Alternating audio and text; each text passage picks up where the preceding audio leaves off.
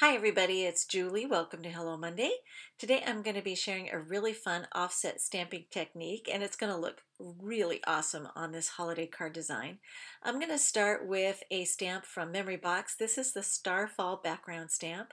I'm going to ink it up with some Memento Tuxedo Black and go ahead and get that stamped onto the image plate of my Stamp-A-Majig.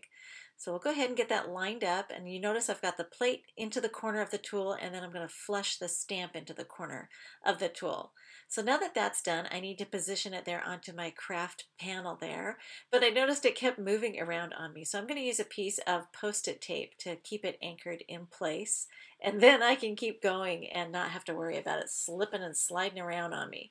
So now that I have that positioned, I can go ahead and bring the tool back into place and remove the image plate.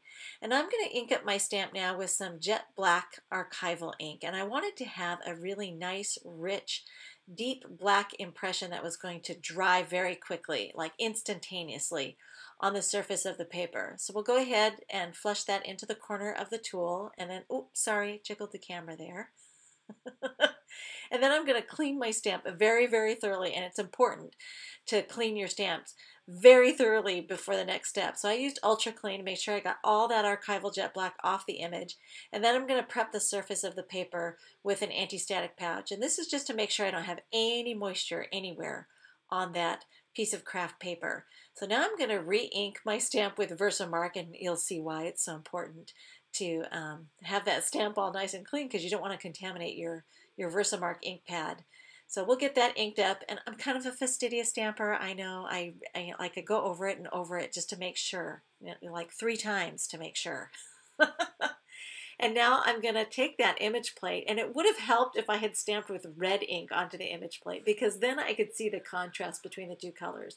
But what I'm trying to do is line up that plate so that the stamps are just slightly, or the stars are slightly offset from the original impression. And with red ink, I would have been able to see that a lot better with these old eyes of mine. And I'm going to go ahead and stamp now with the Versamark over the top, and you'll see that I'm not stamping directly over the stars. That image plate helped me get them offset. And then I'll take some Hero Arts white embossing powder and go ahead and get that thoroughly coated.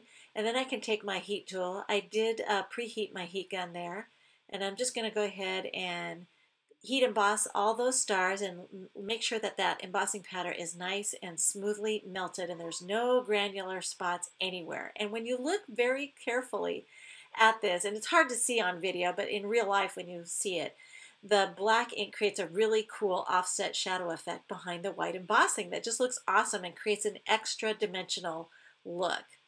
So now I'm going to die cut the cityscape using a Savvy Stamp Cityscape from some gold foil cardstock. And then I'll glue that into place with some Mono Multi glue. Now you could use a dry tape runner if you wanted to, but I find that with all the little windows there in the skyscrapers, the Mono Multi glue works a lot better.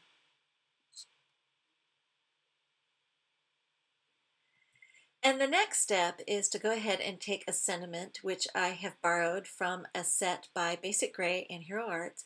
And again, I'm going to use Versamark and go ahead and heat emboss that image. So we'll just stamp that onto some black scrap cardstock that I had laying around.